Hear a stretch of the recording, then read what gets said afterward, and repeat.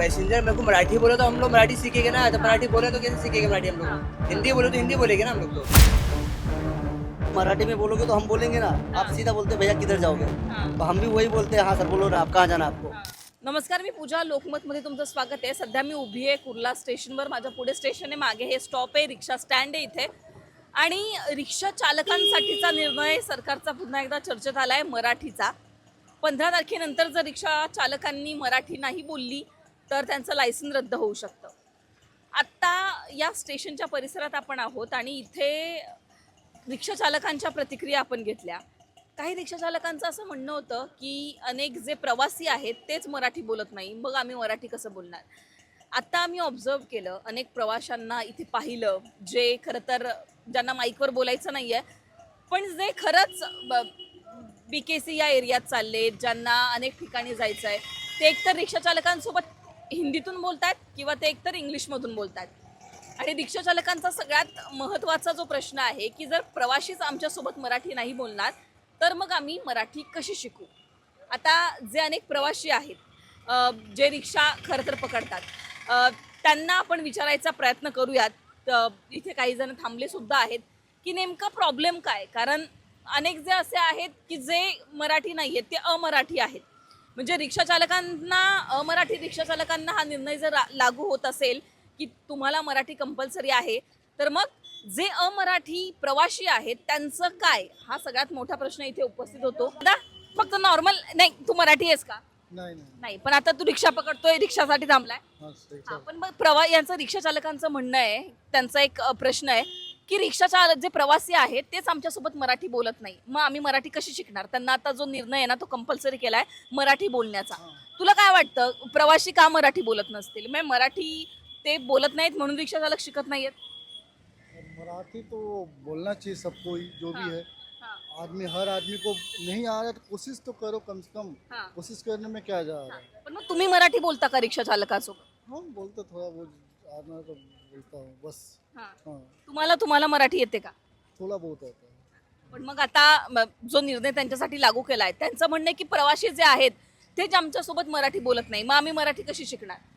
नहीं ऐसा जरूरी थोड़ी है, मतलब आदमी लोग जो प्रवासी है वो नहीं आ रहा है, जरूरी थोड़ी है, पर एक सिस्टम तो बनाया गया है ना, रूल्स बनाया गया है कि ये जो भी है रिक्शा चालक है जो भी है उनको बोलना अनिवार्य है। तो जरूरी नहीं कि हर आदमी मतलब मराठी ही बोले, नहीं आ रहा पर कोशिश तो कर रहे हैं ना, पर उनका तो अनिवार्य कर दिया गया है, उनको बोलना ही है तो बोलना है। इसके मला योग्य वाटतो हा निर्णय? क्या मैं बोलूँ, बाकी कुछ नहीं बोल सकता। आना चाहिए सबको ही, बस कोशिश करे सब यही कि वो आए। ते दादा आहेत, त्यांना जर आपण विचारूया. दादा, एक मिनिट थांबा. नाव काय तुमचं? विश्वनाथ नाईक. मराठी येते तुम्हाला? मी प्रॉपर मराठीच आहे.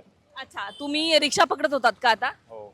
आता आम्ही रिक्षा चालकांशी बोललो मराठीच्या निर्णयाबद्दल. त्यांना मराठी आता 15 तारखेनंतर कंपल्सरी करण्यात आली आहे, पण त्यांचं म्हणणं आहे की प्रवासीच आमच्यासोबत मराठी बोलत नाही. तर थोडं आम्ही तर मराठी, मी तर प्युअर मराठीच बोलतो, प्रत्येकाशी मराठीच बोलतो, पण ते समोरचेच हिंदीमध्ये बोलतात. पण मग आता एक मला हिंदी प्रवासी भेटला, त्याचं पण म्हणणं आहे की जरुरी नाही आहे वगैरे वगैरे.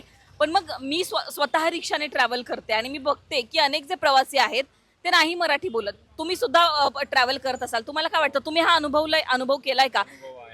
हो, प्रवाशांनी पण गरजेचं वाटतं मराठी बोलणं? सवालच नाही. महाराष्ट्रात आता म्हणजे मराठी यायलाच पाहिजे. आणि जे नवीन आता जे कुठून आले असतील त्यांना येत नसेल, पण जे इथे प्रॉपर आता 20-25 वर्ष 10 वर्ष असे राहिलेले आहेत, त्यांना मराठी कंपल्सरी आलंच पाहिजे. काय मराठी बोलतच नाही, त्याला काय करायचं. मी स्वतः रोज रिक्षाने कुर्ला टू BKC ट्रॅव्हल करते आणि माझ्या एका रिक्षामध्ये 3 प्रवासी बसतात. त्या रिक्षामध्ये जर बघितलं तर 2 जे प्रवासी असतात हे मराठीच असतात आणि ते स्वतः रिक्षावाल्याला भैया डायमंड जाओगे क्या, भैया इधर जाओगे क्या, भैया उधर जाओगे क्या हे बोलतात. हे मी रोज ऐकत असते. त्याच्यामुळे रिक्षा चालकांसाठी निर्णय लागू केलेला आहे की त्यांनी मराठी बोलावं, जे गरजेचंही आहे. पण मग प्रवाशांचं काय?